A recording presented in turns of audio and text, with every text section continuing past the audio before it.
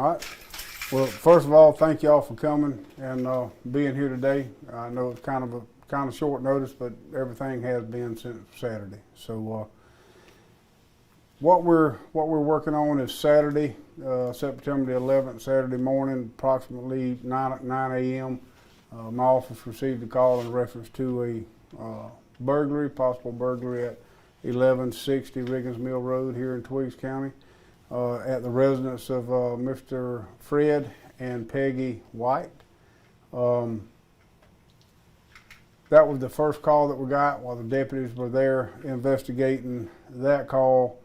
We got a secondary call within 30 minutes or so of that from some hunters that was hunting on some property adjacent to where they lived that found a truck that was hid down in the woods behind an old house with a female in it that was apparently deceased. As it turned out, the truck that they found was actually Mr. and Ms. White's truck, and the female in the truck was Miss Peggy White. From there, obviously our investigation began from then.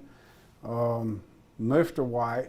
Fred White, was found across the road from where she was, approximately 250 yards maybe away from where the truck and Miss White was found.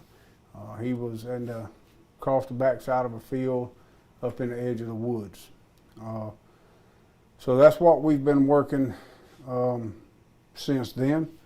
My office has had an overabundance of other agencies reaching out to us to help us, and that's been very humbling because we certainly need it. I'll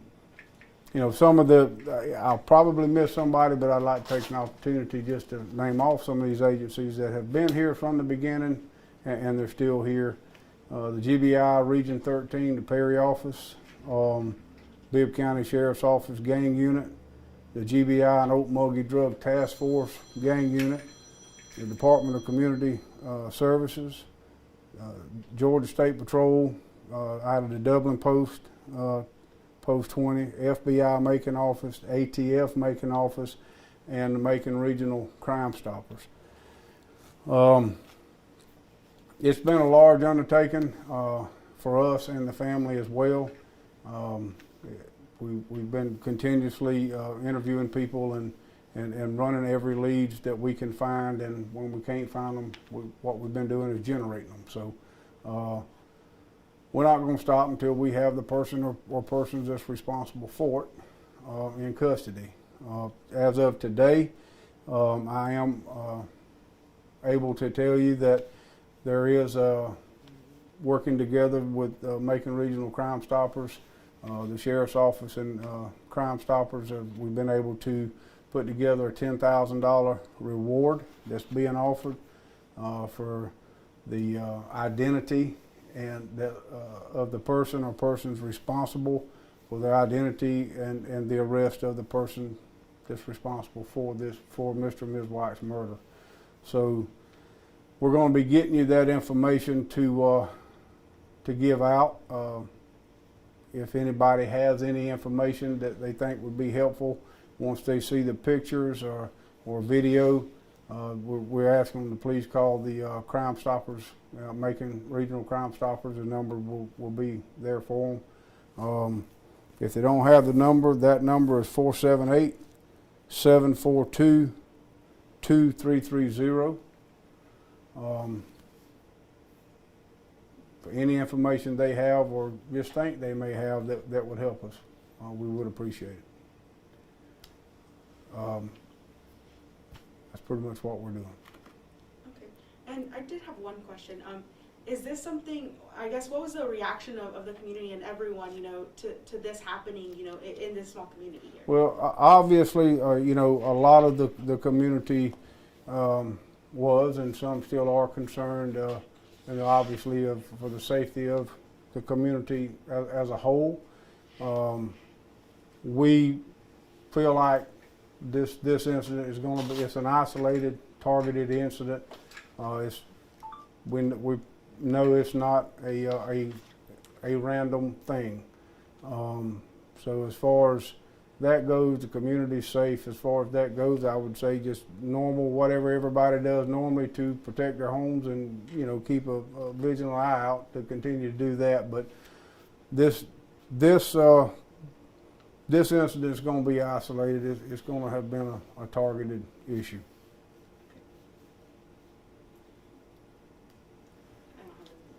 And Sheriff, I said, if you were about to talk a little bit more about this, but today, the stuff you gave us, the kind of the background, and today you're going to be showing us a suspect picture or a person of interest, or What we're going to be showing you today is the picture of a suspect that was actually captured from surveillance video that was at the home.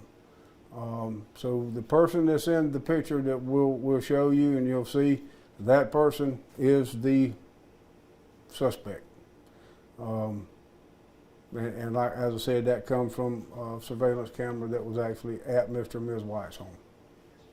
Do you know the valuables that are missing from the house, or What we know of right now is going to be guns and cash, guns and money. had the Whites had any issues with people threatening them before, or are there ever been any trouble with? No, ma'am. None that I've been made aware of having any problems with anybody. Mr. and Ms. White I knew them personally. They were very good people. They helped a lot of people. You know, they owned a company, and they were the kind of people that if work was slow for the company wise, you know, they would have, you know, some of their employees to actually do work out around their home just so that they would have a paycheck. You know, it's the kind of people they were.